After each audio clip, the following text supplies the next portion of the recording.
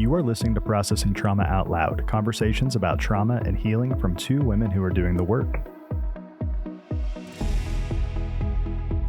Hey everyone, this is Kandace and Sher with Processing Trauma Out Loud. Sher, we're back to look at episode 3 in a series of what does it look like to move away from unhealthy, toxic bonds, connections, and moving towards something that is more healthy for us. These aren't easy conversations. I'm imagining maybe people could have questions. People could even have disagreements. We welcome it all. We would love to hear from you. We actually can help you get connected to one of these ladies, maybe through email or something, if you have questions for them specifically. We are still with Patria, Robrina, and Janet. And today we're going to move into the topic of self-contempt. I jokingly said I want to set this one out. I've had a war with self-contempt, and I'm imagining you all have felt that way at times too. I don't know. I'm guessing so. With that, Sher, like what comes up for you and wanting to start this discussion on self-contempt? Yeah, I think as we wrapped up the previous one, I felt almost like, wow, and now self-contempt. I agree with you, Kandace. It's been a war for me too. And it's something that can be such a hallmark of our lives on that very hidden kind of a way that others even close to us may not even recognize how much self-contempt that we can carry. And so allowing it to become something that we're aware of and then can begin to face and deal with can be really life-changing at such a deep level. So I'm glad we're having this conversation today. And I'm wondering if we can just start with what is self-contempt and what does it look like? Well, I also struggle with self-contempt. I'm in the club. Yeah, it's extreme criticism towards yourself. It's a dislike of yourself. It's saying that I'm bad and there is not much goodness in me. And doing so, it's constantly trying to feel good about yourself. So, and that could be becoming a people pleaser, perfectionist, acting out in ways that proving that you have worth. Acting in even maybe more can be perhaps prevalent in self-contempt, and me too. I'm on the recovering self-contempt, fully on that train. I used to think that I primarily struggled with others' contempt because I was so mad all the time when I would think about these things that had been done to me.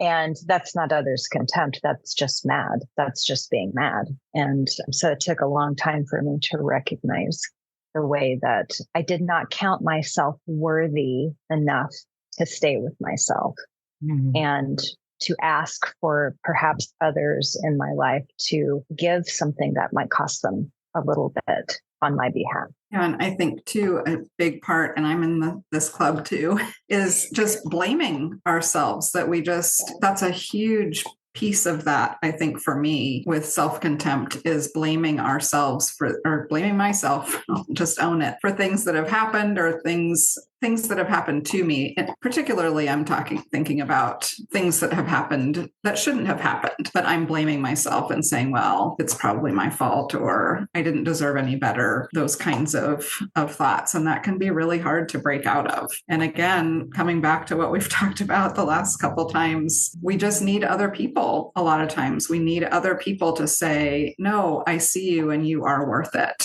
I don't know that we can break out of self-contempt on our own. I think we really need somebody else, at least one other person. I'm glad you said that. I'm glad you said that the blaming part, because that was me. I blamed myself for everything and almost all through the marriage. I think it was year 7 when I saw something in the marriage and I was like, wait, it just can't just be me. But before that, everything was me. Oh, it's my fault. Oh, I need to do this or I need to do that. And that is something I am still working through with my counselor because she'll say, I hear self-blame. And so she helps call it out. Yeah, so I agree. You do need someone else to help you. Sometimes you don't even know you have self-contempt. I did not know I had self-contempt until my very first story group. And I remember one woman asking me, "Don't you feel worthy of kindness?" And that one sentence broke me. I just started sobbing. I was like, and they were like looking at me like, "Are you okay?"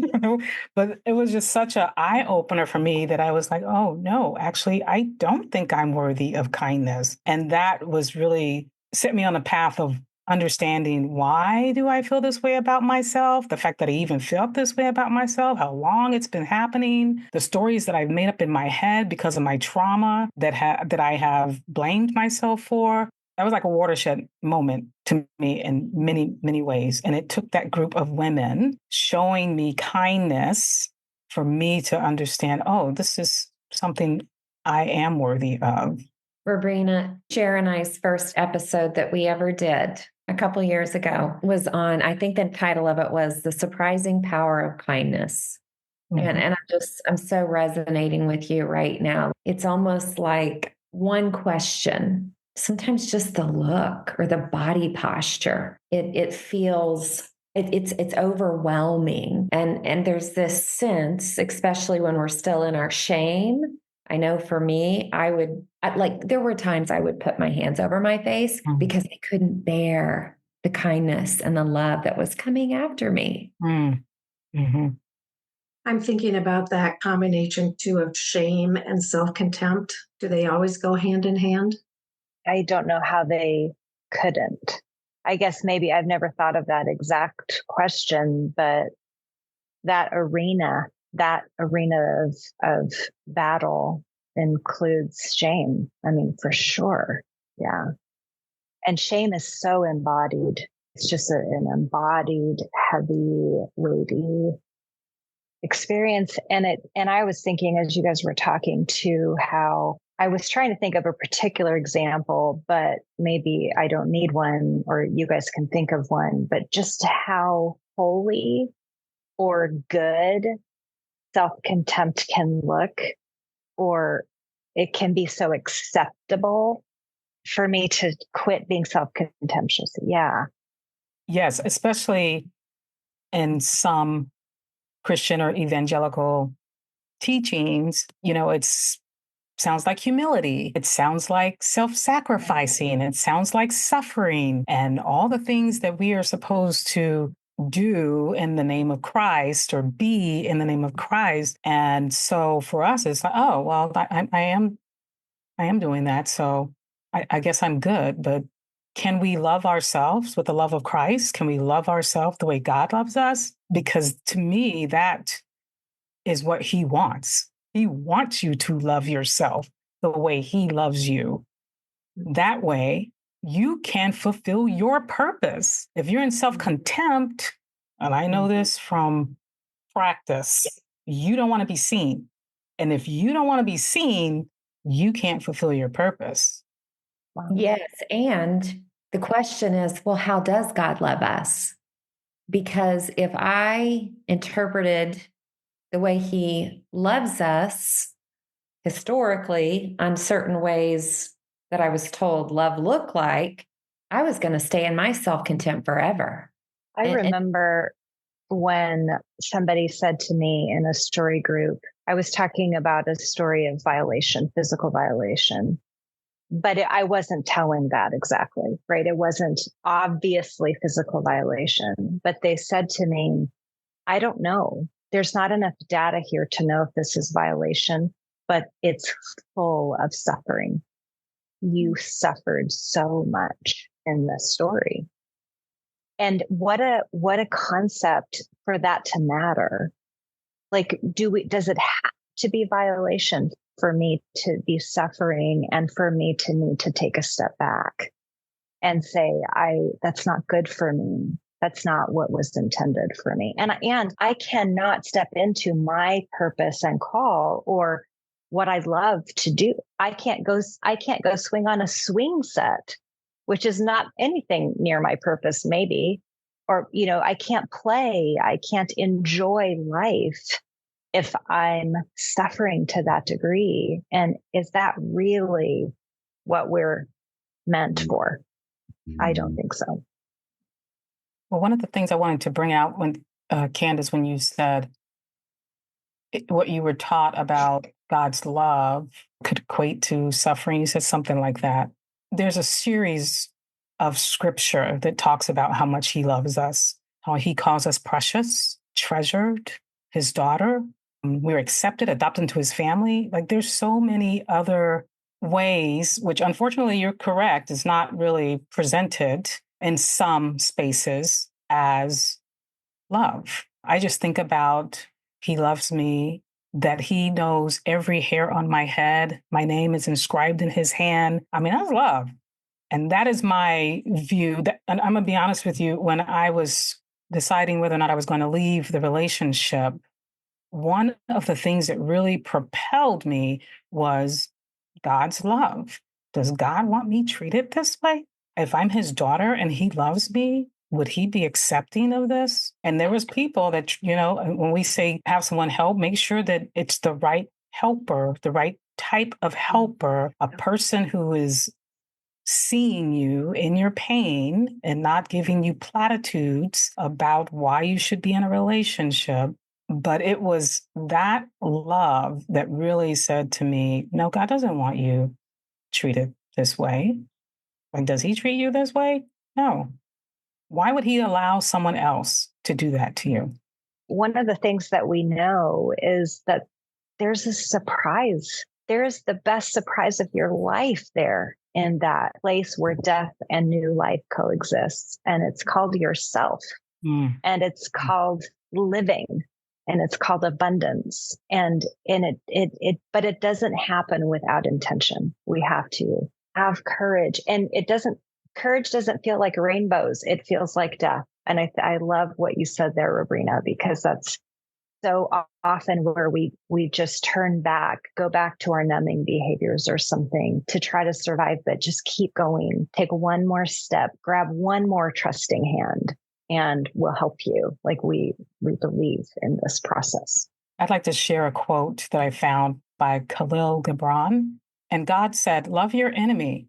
And I obeyed him and loved myself.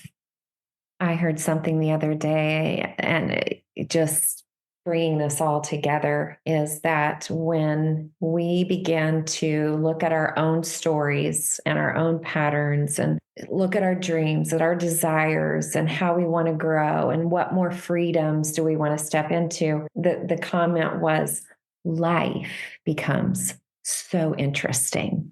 And I just loved that. I don't know about you ladies, but I want to stay interested, right? Not just in my own story, but your stories and my group stories, and honestly, the collective of the world story. It's interesting. I think when we've organically come through this topic too quickly, but self-contempt to love. We long for love. We're made for love. We need love. And, when we're talking about self-contempt, love is the answer.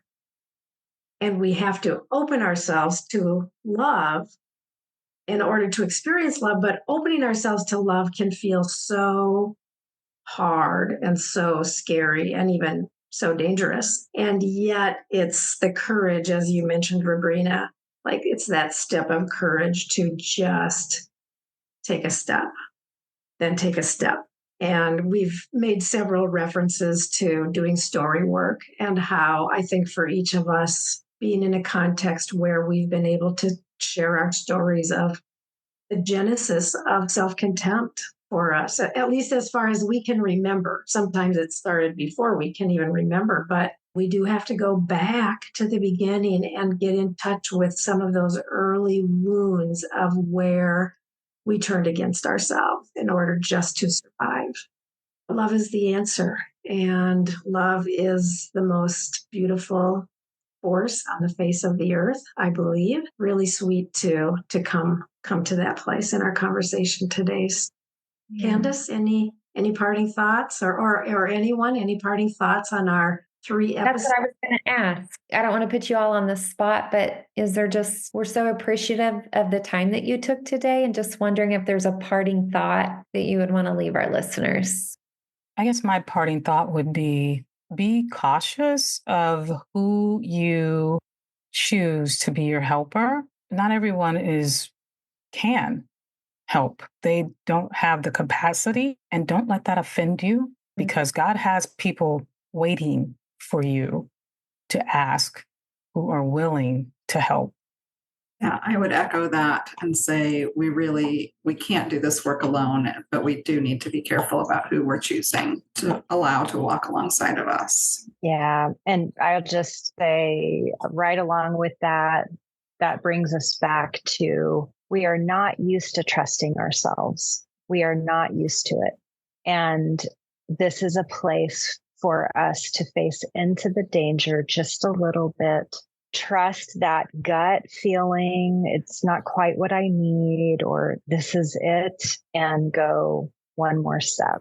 And the recovery of self-trust is a beautiful, beautiful thing. Yeah. Thank you for that. Also good. And yeah, Sher, what about you?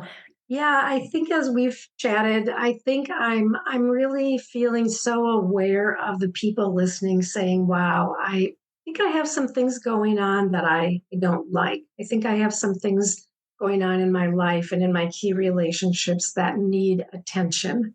That awareness is so important. And then, as we've said, just to find the courage and take the next step, because getting to that place where you experience love and goodness and kindness is just amazing. I always tell people too, if they want to reach out to Patria at thebrokenandbeautiful.com, Patria at thebrokenandbeautiful.com, or just go to thebrokenandbeautiful.com and click on any one of our names. We are very responsive. I generally respond within the same day to emails and really have a desire to see people connected with someone that's a good helper for them, and can even talk you through how to kind of gauge that in your own story. You know, we all do free consultations, and I know you guys do too, your own story work. There's several other people within our beautiful, now international network of people doing this good work. And so just, even if it's not with us, we can help you get connected with somebody. Thank you so much, Patria and Robrina and Janet, for your time and for bringing just your voices and your knowledge and your love to our space. And we really appreciate having you with us so very much. Thank you. Thank you for having us. What a gift. Yeah. An honor.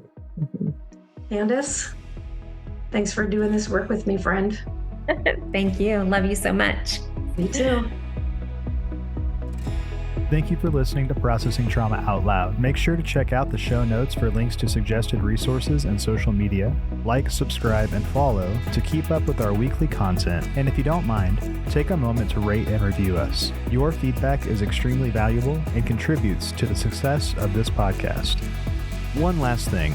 If you have found this podcast helpful in any way, or if you have questions on how to take the next steps on your healing journey, please reach out to us via email at KandaceSher@gmail.com. That's KandaceSher@gmail.com.